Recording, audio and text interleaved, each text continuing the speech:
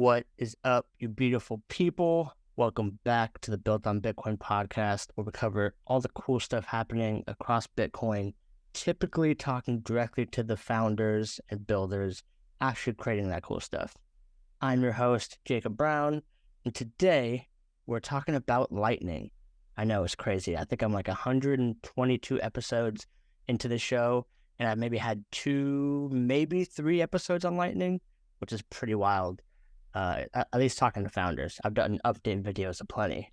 So really excited about this one. I had to get Jesse on the podcast to talk about what he's building over at Amboss. So today I have Jesse Shrader on the podcast, which is the CEO and co-founder of Amboss. You can check it out at amboss.space. If you're a Lightning node runner, it probably goes without saying, you're probably using it to get some actionable data on your Lightning node. And that's what they do. They're a data analytics tool. They also have a channel marketplace. And they're building some other really cool stuff for Lightning node operators, because running one currently is very complex and you need actionable data to know how to run your node efficiently and route efficiently. So that's a little bit about what they do. And in this conversation with Jesse, we talk about his background, what he did before Bitcoin, his kind of origin story, and like the pain points that they were initially trying to solve for when they started building out Amboss. We talk about the current state of Lightning, kind of no BS, what's going well, is excited about, things coming down the pipeline.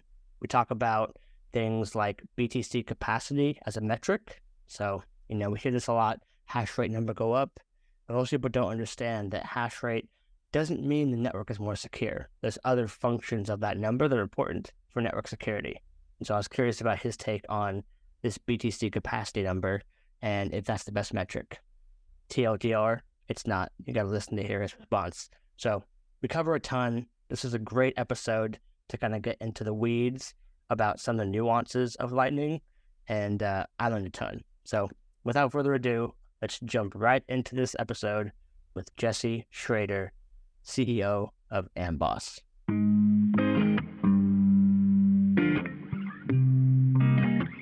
Welcome to Built on Bitcoin.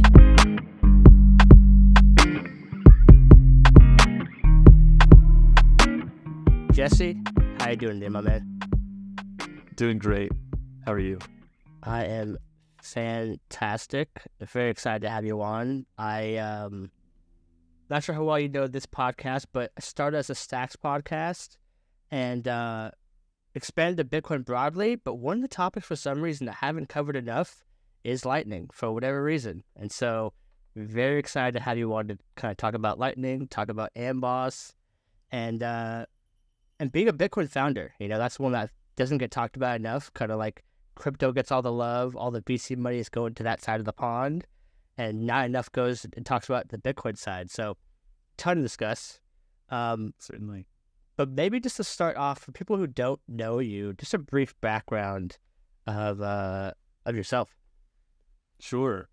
Yeah, so my background is environmental engineering, and let's see, I got really excited about Bitcoin in 2017, and wanted to buy some gifts for my family, and ended up paying really high transaction fees, and that pushed me into Lightning, where I was early hobbyist in 2018 and 2019, kind of figuring out the technology and breaking things upon occasion and providing feedback. So really, I come to it as a user.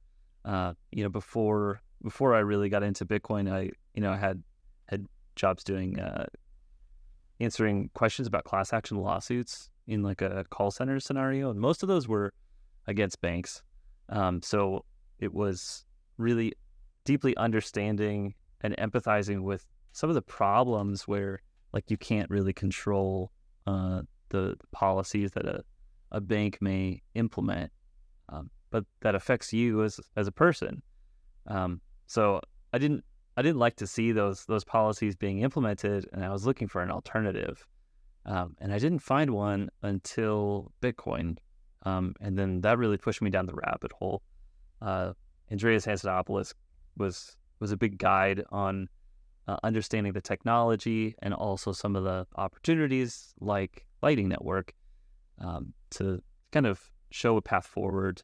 And of course, Saifedean was very helpful at understanding the time preference element of things, which was just a great framework of how the world should develop. Yeah. So it sounds like so your initial entry point or fascination with Bitcoin was on the kind of like not freedom tech, but like being able to solve some of the problems that you saw in your everyday life with your kind of like Web 2-ish job with like abuse of the financial system. Yeah, I mean, this was definitely like traditional type job, working in a call center, but just understanding some of the issues. Like, I mean, I studied environmental engineering because I wanted to use like technical approaches to solve real human problems, and a lot of those are natural systems. So like how do you arrange technology, and what do you need to understand from like a confusing mess of operations and actually be able to solve a human problem. So I definitely like take an engineering approach to a lot of the things I encounter. We're gonna dance around in this conversation, so I'll take hard left turns. Apologies, but you mentioned that you wanted to gift them to people for, I think you said Christmas, and I'm curious how back then were you doing that like tactically? Because I try to do that too, where I'll owe someone dinner, and I'll pay it back on Cash App through Bitcoin, and I'm like, I know they're just gonna sell it, and sometimes they'll be like, hey man, can you just send me cash, like please? I don't want to do with this thing. But it's like my way of like, come on, please, like slowly orange pill. So when you're giving these gifts, like, how'd you do it? Can you place this time wise? But like, were you buying a cold card? Were you just like setting up a key phrase or writing a note and then like saying like, here's a thing? Like, how are you doing it? Interesting. Yeah, my actual like buying gifts with Bitcoin was making actual purchases, and so like the purchases themselves were like it was like buying Bitcoin on Coinbase and then sending it like, let's see, I withdrew to like Electrum and then actually tried to send it over to overstock.com, and overstock.com had like a 15-minute window with which to actually get the transaction confirmed. And 15 minutes wasn't enough time to even get the first confirmation. And this was in late 2017 for Christmas. And so the fee market was insane. So it was about $60 to make an on-chain Bitcoin transaction. And I was having to pay next block fee rates in order to get that transaction confirmed within that 15-minute window. So that was a really rough UI for actually making purchases. So one, you need that transaction finality, which kind of brings me to Lightning. But also just there's uncertainty on when a mining event is actually going to happen. Kind of to your other question about gifting Bitcoin, the way that I've done that so far is to create 2 copies of a seed phrase, and just hand them the seed phrase and then keep one as a backup that is just like all locked up, just so, because like more often than not they're going to lose it. Like that's the reality, the unfortunate reality. I want to be able to trust that someone can write down a shopping list, which like is not the hard part. I think the hard part is actually keeping it forever, and keeping it secret, keep it safe.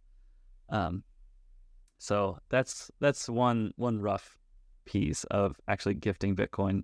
But if someone's savvy, open dimes are like phenomenal gifts. I think like the true Bitcoiners really love those, the real tech geeks. But for most people, you could just write down words and you could say, this is Bitcoin. And you can put this, you can memorize it, you could put this on your phone, and you can access this wealth wherever you are in the world. Writing it down twice is smart. You have to be a trusted custodian for your friends because they're going to mess it up. So yeah, you don't want to have that, put $100 into it, have it appreciate like crazy, and they're like, what was the 12th word again? It's like I got spilled coffee on it. So it's good to have a backup. You mentioned something though, so like starting away into Lightning. I want to get to kind of a roundabout way, and one of the big ones that's interesting is that in the traditional marketplace, this idea of finality, people don't really understand it. So like the current system is something like I swipe my card, and then there's kind of an approval process where the merchant takes on some of the risk or someone else does, and it could take a few days to a few weeks for it to be final, quote unquote. And Bitcoin's not like that. And I guess the first question is, it's kind of like seed phrases. There's a lot of responsibility in it where I'm not sure if most people are ready for seed phrases. And when it comes to instant finality, I wonder if, is there risk there too, where the benefits are, the merchant is done, it's immediate, you can have assurances. But on the other side, is it things like chargebacks, these kind of things, like, I don't hear that side talked about enough of like what we lose with instant finality. So what's your take on that? Finality is a bit of a double-edged sword in that respect, because one thing that we lose is an ability to do refunds really well. So I've made a purchase, I don't really like it, or I want to return it. So how do I undo that transaction? And there's really no undoing with Bitcoin. It's either in your custody or it isn't, simply by the way that we like kind of encrypt Bitcoin to a new destination. So when I'm talking about things like that, it's like on the on-chain front. So I'm proving that I have the key, and then I'm like encrypting it to a new destination.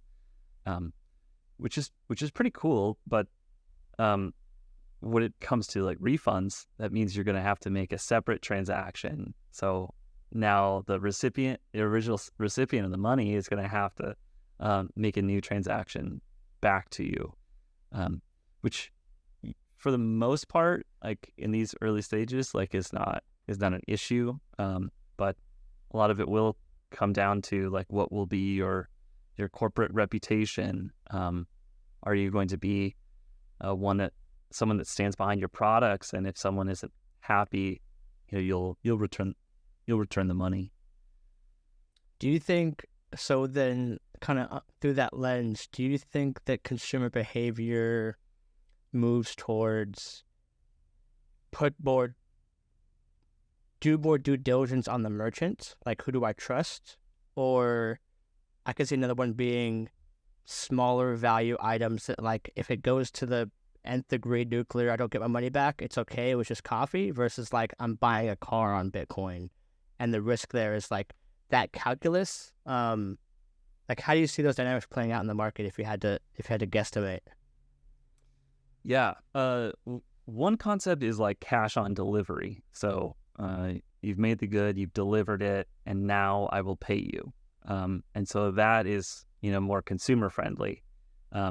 Like I've certified that I'm happy with the product. So that would be one approach. The other would be more merchant friendly. It's you pay, and then I'll deliver it to you, and then you'll receive it later. Kind of a hybrid approach is one that we're applying with Magma, our Lightning marketplace, which is a non-custodial escrow of sorts. So it helps ensure that like there are certain obligations that a provider must fulfill, when they're going to sell you a Lightning channel.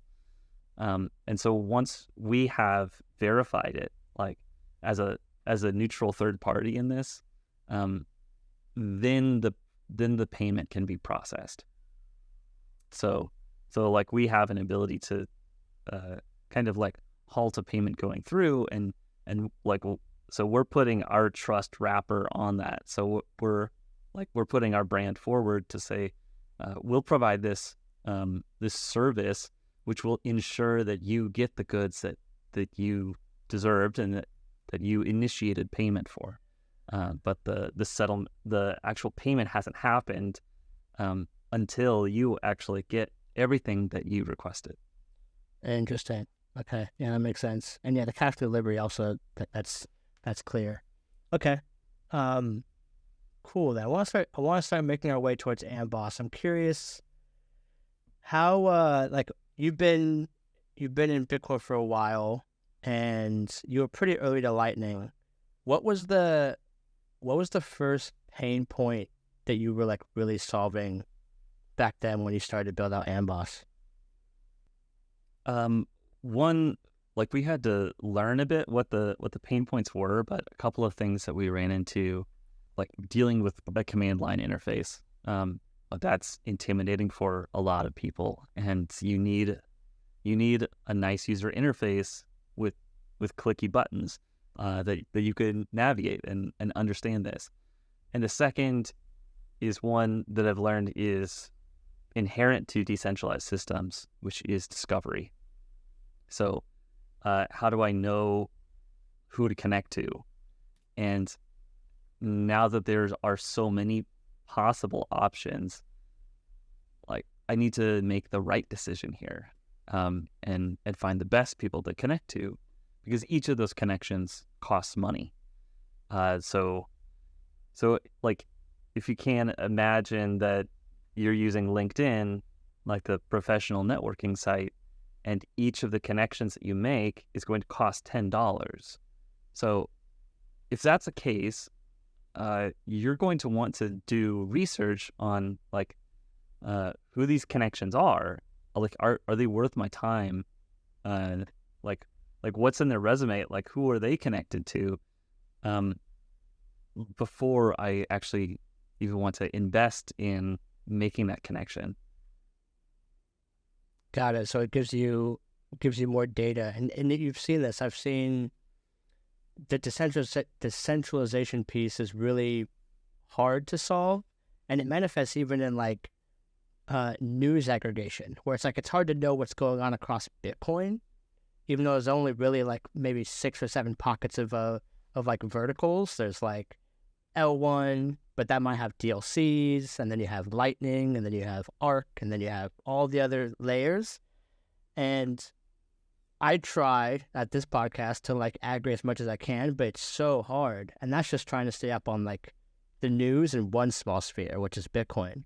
So when it comes to this, when you say discovery, what is, if I'm a Lightning, I guess if I'm a Lightning node operator, right? What is the things I'm trying to look out for, or what am I getting from your tool that's helping me run a better node? Yeah. One piece is in this decentralized market or decentralized network, there is a market. And the market is kind of, how much are people charging to actually route a payment from place to place? It's take our entire transportation network and replace everything with toll roads. So how do you get from point A to point B and spend the least? So one, you have to have a bit of an understanding of what are my own financial flows? What do I actually spend my money on? And then how can I optimize the actual payment network around me to actually fit my own budgetary flows? So it's kind of you get to kind of create your own toll road network around yourself. And if someone else wants to use your infrastructure, then you get to be the one charging the tolls for using your channels. If you want to drive a payment along my road, then you can pay me a toll. But one piece is what is the median fee rate that people route payments at? And for Visa and MasterCard, it's going to be like 3% or more. I think for Stripe, it's probably going to be like 4%, especially for small dollar payments. Whereas for Lightning Network, it's 0.03% is like the median fee that is being charged. So it's, it's 100 times cheaper than any of those traditional payment alternatives. So that's just like one market element that is that needs to be figured out for this decentralized market. And like on Discovery, one of the discovery pieces is like who is actually connected to the destinations. Sometimes it doesn't make sense for me to connect directly. Maybe I want to access a whole community of people. So I want to pay to a community in El Salvador. Well, do I have to connect to all of the individuals in El Salvador? Like, probably no. I could connect to just one hub, which is able to make the connections that I would want. Got it. That's actually super helpful because I'm trying to grok some of these Bitcoin ideas. It's difficult. And for Lightning, the one I've heard the most when it comes to how payments settle is like a bar tab analogy. And this toll road one is actually really helpful for understanding routing at some high level.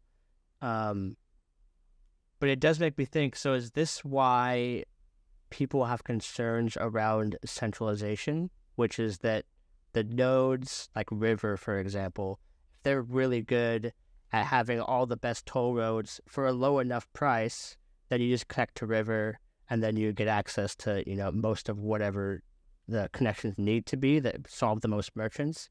It's like still an open question of like how this whole thing is going to evolve. But right now there's a bit over 18,000 public nodes on the network and over 70,000 channels, between them. So like just River themselves, like they don't have 18,000 channels. So they're not connected to every single node on the network, nor would they want to.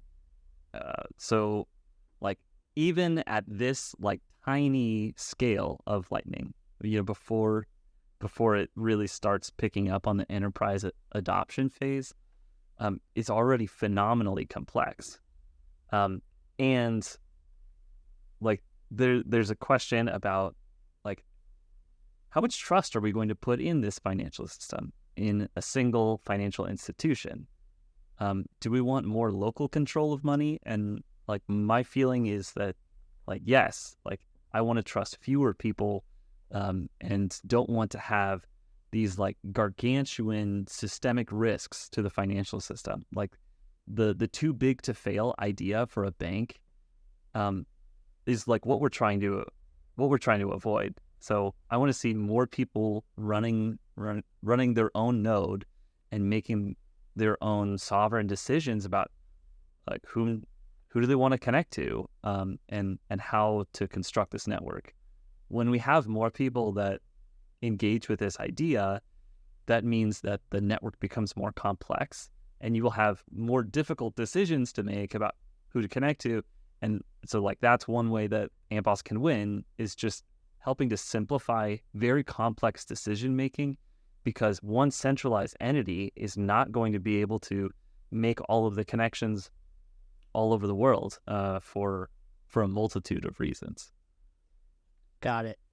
On the enterprise question, so this is going to show my ignorance in how Lightning works, but like if Walmart, for example, wants to allow people to pay with Lightning, can they, because you said that the current fee rate is like 0.03, which is super low, especially compared to the traditional markets. Like you save so much money. So is there anything stopping Walmart from allowing Bitcoin at their terminals and say they charge 1%?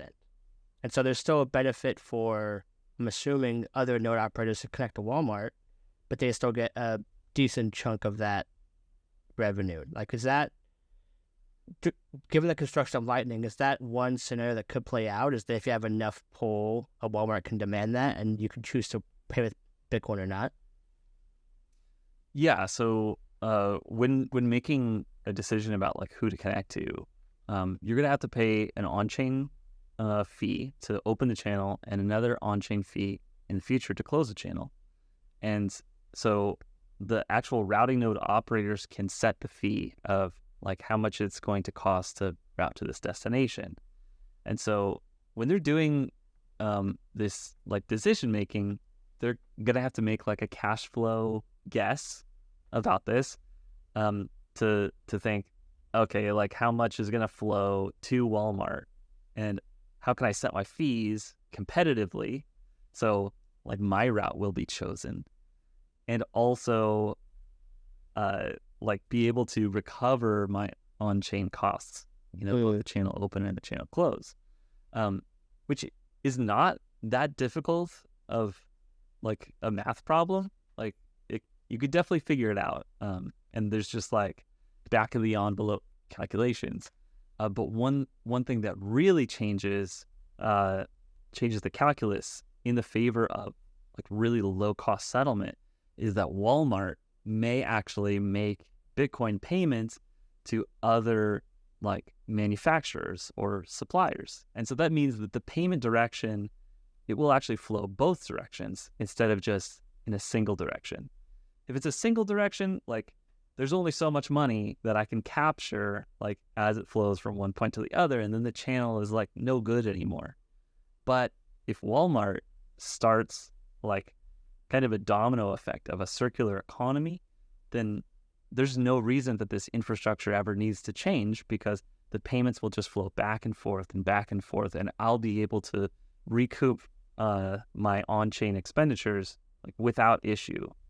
And so like that's the real dream, is that you have a circular economy on the Lightning Network, and you have channels set up in really efficient ways to actually route payments and essentially bring the cost of commerce to zero.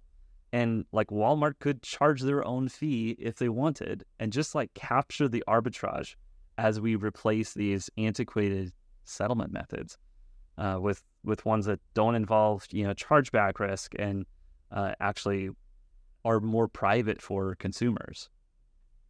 Got it. That's fascinating. Okay, I want to take one step up. I'm curious, because you're so close in the Lightning environment, what's your pulse on the current state of Lightning? Kind of like what's going well, what's working, what's BS, what's on the horizon? Like, what are you saying? What are you bullish on? What are you bearish on right now? Let's see. The Lightning Network has gone through quite a bit this year. But what I find overall is that the ecosystem is extremely high signal. There's, as far as like real solutions to scams, we're extremely heavily weighted on the real solution side. That we're looking at on and off ramps. The ecosystem is building out. Still an open question on like how the regulatory environment is going to shape up.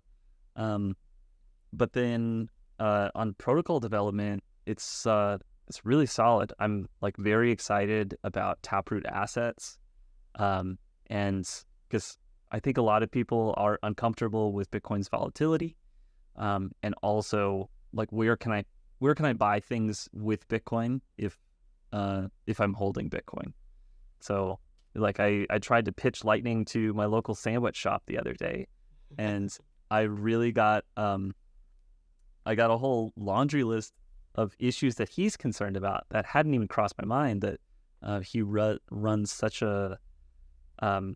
like a tight cash flow operation that he needs to resupply. And so if he's going to accept Bitcoin, he needs to be able to spend Bitcoin to actually buy the products. It's like super small margin. And he needs like every penny that he can collect. But he, like, the only reason I brought it up to him, because he was like, cash is king.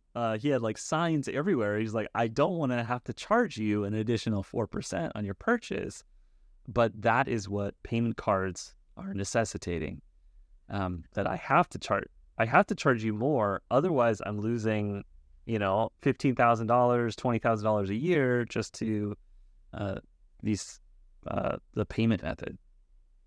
On things that I'm like bullish on is people making smarter decisions about their channels, and like who they're connecting to, and also how to run a sustainable node. And the reason that I'm really bullish on that is because we had a massive challenge this year, which was all of the competition for Bitcoin transactions.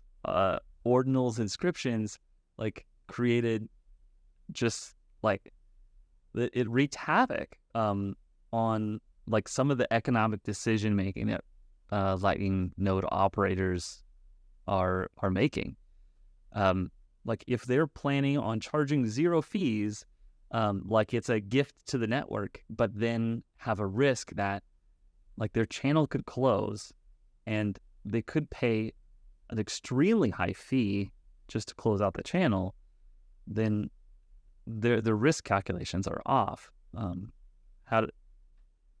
Is this a good use of my savings if I'm putting this at risk due to a forced closure, like when there's so much competition for like Ordinals inscriptions? I went a little bit deep there, so.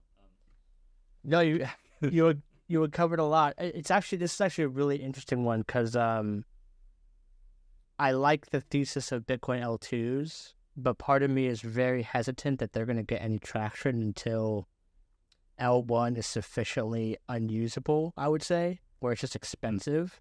It's still pretty cheaply priced if I'm trying to send even $100 on Bitcoin. Like, it's not that bad. Lightning has its efficiencies, but like there's a different calculus there. Like, do I really have to do that, or can I just send this regular transaction? And so that was really eye-opening, seeing Ordinals go crazy and start to stress test some of the current limitations of the Lightning implementation. So what is being worked? Like, how are people responding to that? Is it just a calculation of your financials to see is it worth my time, or is there things being built to make this more efficient? I see AI seems like a natural play for channel efficiency. Like, what are people thinking about right now? What's coming down the pipeline? One thing is like whenever there's a challenge to Bitcoin or to the Lightning Network, there's a really like kind of an antibody response, and to like fix this issue. So one thing is we've seen a lot more attention from the protocol developers on figuring out why there are forced closes and like what to do about it. Where that wasn't a problem in the past, like now it is a real financial problem. The other is just leveling up the operator's knowledge to make better decisions. And as far as like Amboss is concerned, we're very focused on from the network level, how can we deliver insights to people on how to make better decisions and do so in a sustainable way, so that they can continue operating a revolutionary payment network that, like, long tail will be far more efficient, regardless of like what is happening on chain. So with more stability for channels that we're seeing for the protocol, more use cases that we would see with Taproot assets, more adoption that we would see when the fees become lower. Those are all reasons to be excited. With just naming a few of the things that are coming down the pipeline. Of course, there's also like Fedi and Cashew, which are like focusing more on the privacy side, and Chaumian mints. So that would open up a whole slew of like new use cases. But yeah, the ecosystem is rapidly maturing. There's a lot to be excited about. Love it. Okay, so for what you guys do, you mentioned a couple things: the discovery piece and this Magma marketplace. What else do you guys offer, or what's coming down the pipeline? Like kind of those two buckets. Yeah, so we've been running our Magma marketplace since April of last year, and we've seen just over 120 Bitcoin actually settled in channels and that brings about to 2,500 channels. We're getting very close to that number, and that's exciting for us because what Magma does is actually sets up a market for like what is the value of liquidity and what is the market pricing, and that's going to change regardless of what the market will change based on the cost of on-chain transactions. So whatever happens with ordinals and inscriptions or other uses of the Bitcoin blockchain, we'll actually see the market develop for Lightning itself. And with that comes the value of liquidity. So a couple of months ago, we began publishing what we called our liner metric, which is the Lightning Network rate, and that shows both the costs of buying liquidity on a regular basis, which is around 3%, and also what is the type of yield that or return on capital that a Bitcoin holder could earn by selling Lightning channels or leasing Lightning channels. I'll just say sell because it's easier, much more understandable. But yeah, I'll sell you a Lightning channel for a month, and you can pay $10 for that, and you'll have like guaranteed low cost settlement from my entire network. So your customers will be able to enjoy that. What's next for us, now that we've had this Magma marketplace, we found that we actually have like quite a bit of Bitcoin that people are willing to offer for Lightning channels. But what's missing is really the automation on the merchant side. So what we found is that Magma is buyer constrained. So with limited demand for buying channels, like the amount of yield that you can get is actually it's not going to be that high because there's lots of providers out there that are willing to do this. But if you're running a Lightning business, you need to be focusing on selling your products, not on troubleshooting your payment system. Even if you have like a 10-minute delay from your like Visa card going down or like your card processor going down, that means lost business. So if you're futzing about with that, like it's not a good use of your time when you should be out there making and selling products. So really, our focus is, our next focus is really reducing the amount of time that it requires to manage channels and to manage a Lightning node, because you should be able to receive payments reliably from anywhere in the world at very low cost. And so we're constructing the user experience to enable that. Do you think there's on a long enough time horizon? I mean, I think I know the answer, but does it get to a place where all of this is mostly automated? Like for Stripe, you're trusting one company, but like anybody can just take payment for anything. Shopify too. Like I could spin up a storefront for nothing and immediately start selling things. So it sounds like there's still a big burden to manage this, especially as you scale. Do you see that changing on a 5-10 year time horizon where it's just like you might go to Amboss and you guys have a one size fits all kind of like API or something that just like solves 80% of a small business's issues? Yeah, and unfortunately the answer is it depends. And really what it depends on is what are people willing to share and what do they want to keep private? Because what I have when I run my own node is I have complete control over it.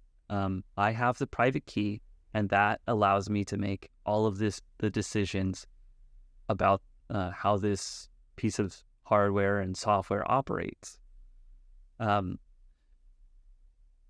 When I want to go more automated, that may mean that I'm giving up control to someone else. So I'm delegating things. Now, another way is like if I want to get insights about something, what we're seeing in a recent trend is people are handing away their view-only macaroons. So that means like someone that has the view-only macaroon can see every single thing that is happening in your node. And people are handing this away just to get additional insights about how to run their Lightning node. Now, we've taken a different path, which requires less data and gives you a little bit more incremental control over what is the actual data that you're sharing versus like what are you keeping private to yourself. So we announced like a feature about a year ago, which was channel balance sharing. So I can communicate to Amboss, or I can even choose to make it completely public, like what is the actual balance of my channels.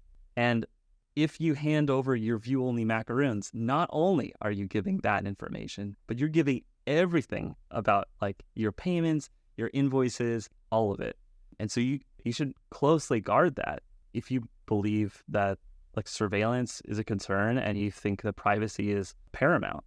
So we can deliver like incredible tools to end users and to node operators. But the real question is, are they going to just make a decision that privacy doesn't matter and we end up in like a Venmo type situation where like all of my payments are not only shared with a huge corporation, but also shared publicly, which like it boggles my mind that people would share that amount of payment information when all of this is like, all of that payment information is ripe for machine learning meta-analysis. So, and like what's currently happening with traditional payments is like, I swipe my Chase card and like, it's like Chase is going to sell the information to an advertiser to sell me more relevant ads. That's the business model there. But like for us, like if you give us additional information, we'll provide the highest quality of service that we possibly can, given the limited amount of information that you have. And we've enabled features so you can have fine-grained control over what you share and what you don't. If you decide to share more, like we will be able to provide a higher quality of service. But if you choose to keep that private, we won't be able to. It's like your doctor's entire like diagnosis of you is like based on a picture of you. Like we'll be back in like COVID doctor visits days where, you know, it's like, oh yeah, I'll show you something. Can you look into my eye? Like, do I have something in there? And then they're just gonna say like, come into the doctor's office because like we actually need to take a closer look. It's just not as effective as a diagnostic tool if you don't share some level of data. But then like what we're left with, if you don't share anything, is one, a ton of guesswork, and like also very difficult UI. Like you have to be an expert. And I think the reality of this is like people are not going to be payments experts. This is a very select few of people that care deeply about how money works and how payments operate. That makes a lot of sense. Quick note for context. What's a macaroon? I heard you drop that word a couple times. A macaroon is kind of like a permission set, and the macaroons are like also getting better. So like maybe I could say this macaroon allows you to access my node during these hours and can sign transactions that are like this size of Bitcoin. So like you're allowed to like, if it's super fine grained, be like, okay, you're an account manager, or like you're an accountant, and so you'll be able to view all of my transactions. But for someone like maybe like just operations, maybe they just need to know like what's the general node balance? Do I have enough liquidity to continue to receive payments? And they don't need to see every single transaction. They just need to know that the thing is functional and that it's meeting their service level requirements. Got it. Like a great name for something that doesn't sound anything like a macaroon. Macaron is the little cookie. It reminds me of my Android days when I was like flashing my ROM like every week, and it was like Eclair and Frosty, like all the ROM names were like delicious things, and it's just like, okay, I'm supposed to be changing my phone software. Now I'm hungry. This is getting weird. Same with macaroon. Uh, okay, a couple more questions. I want to start to bring this to a close. One I'd love to get some more clarity on is people look at certain metrics and they think that they're good because they go up. Hash rate would be one, which is like, it's you have to look at it bracketed by the cost of electricity to really know the cost of like producing that hash and how secure the network is.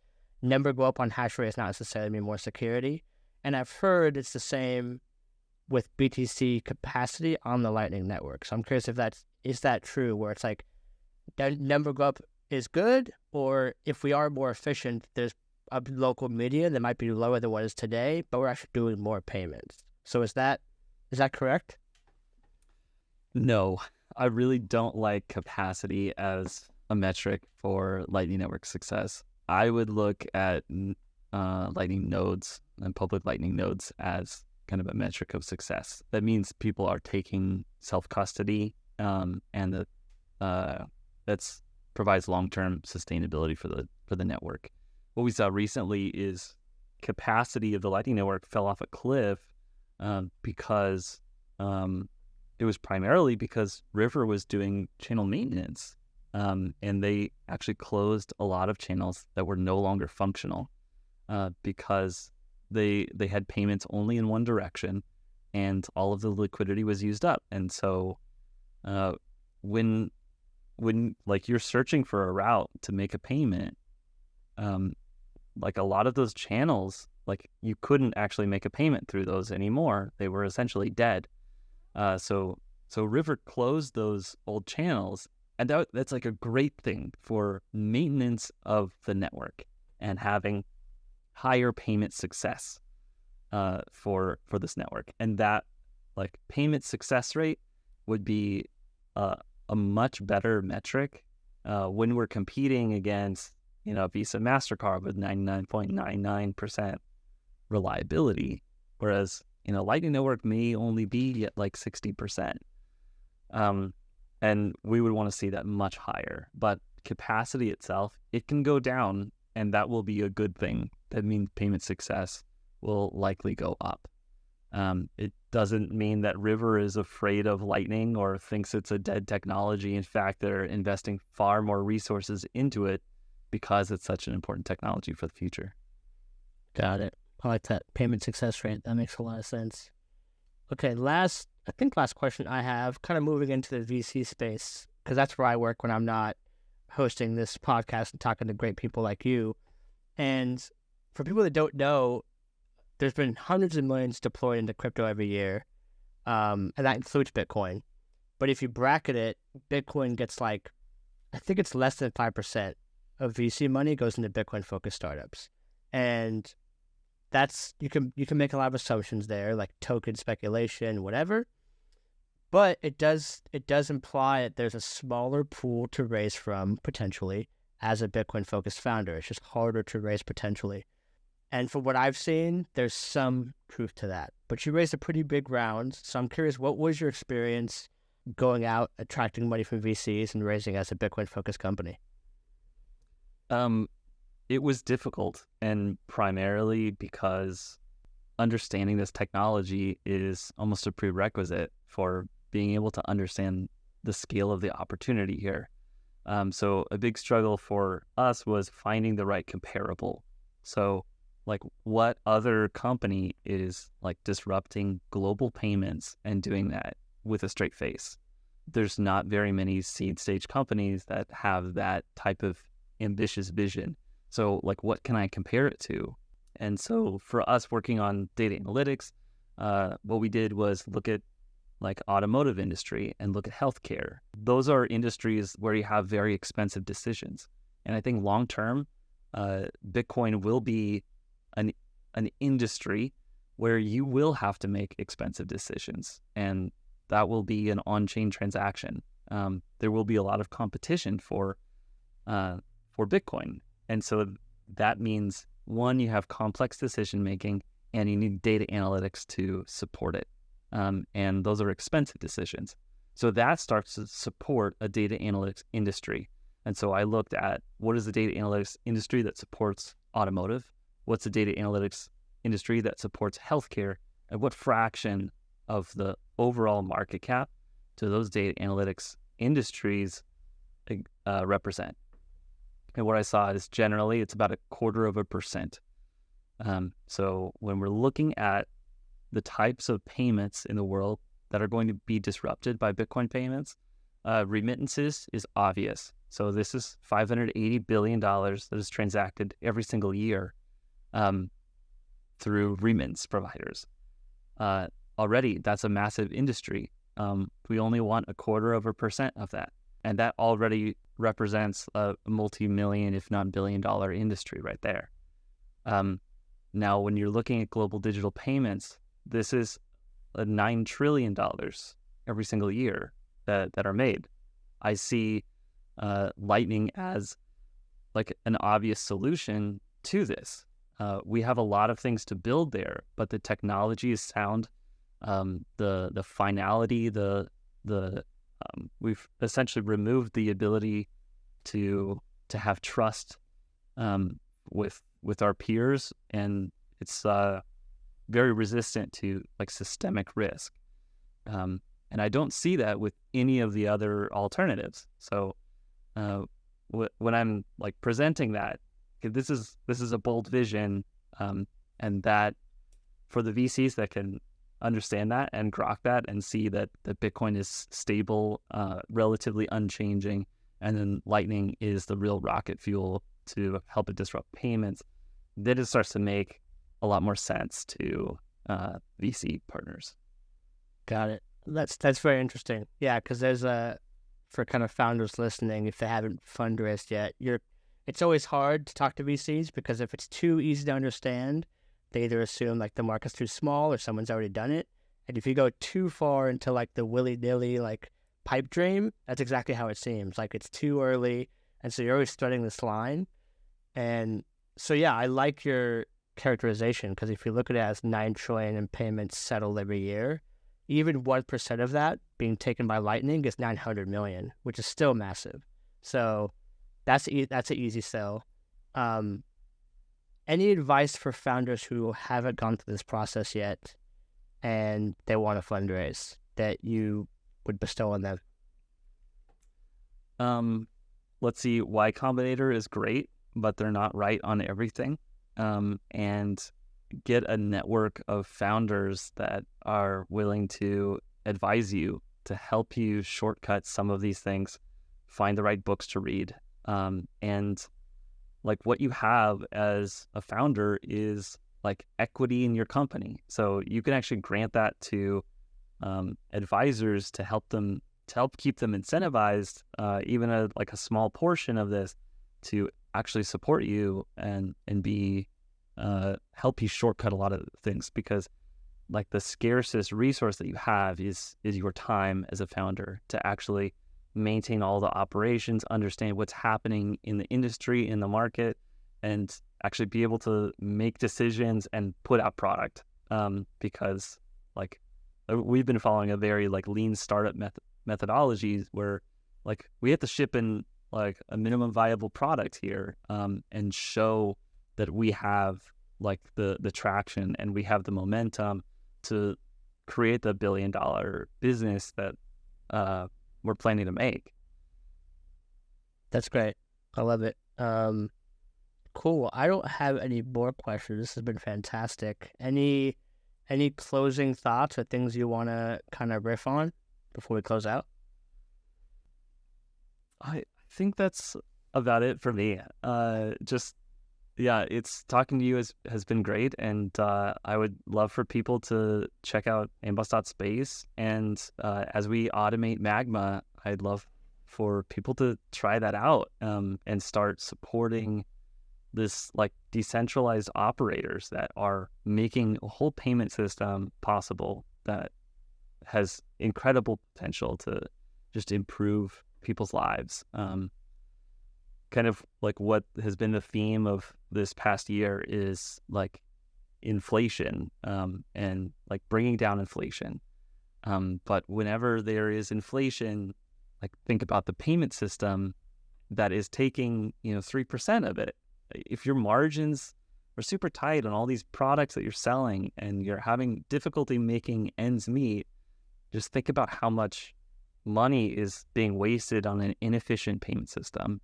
That payment method is being baked into all of our prices.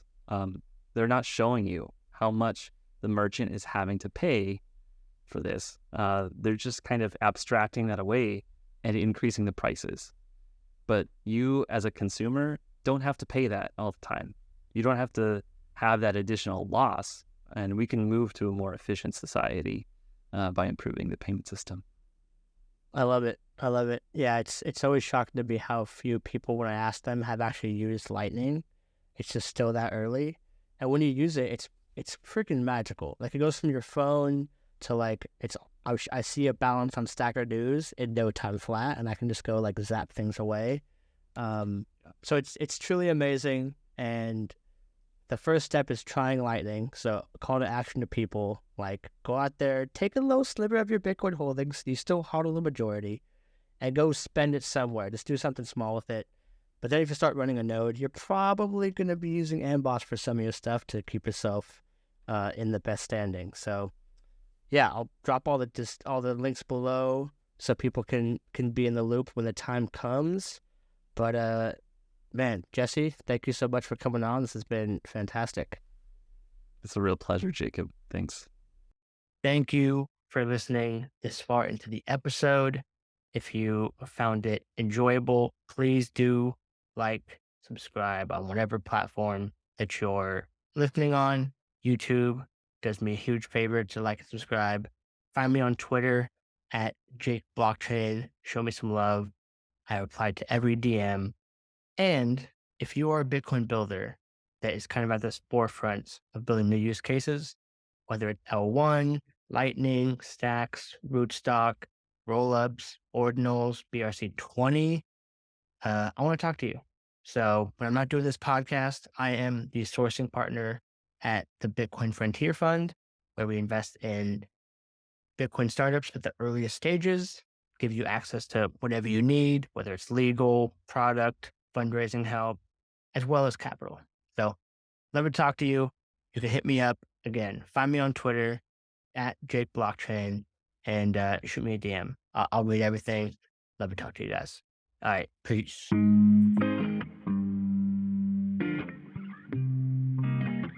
Welcome to Built on Bitcoin.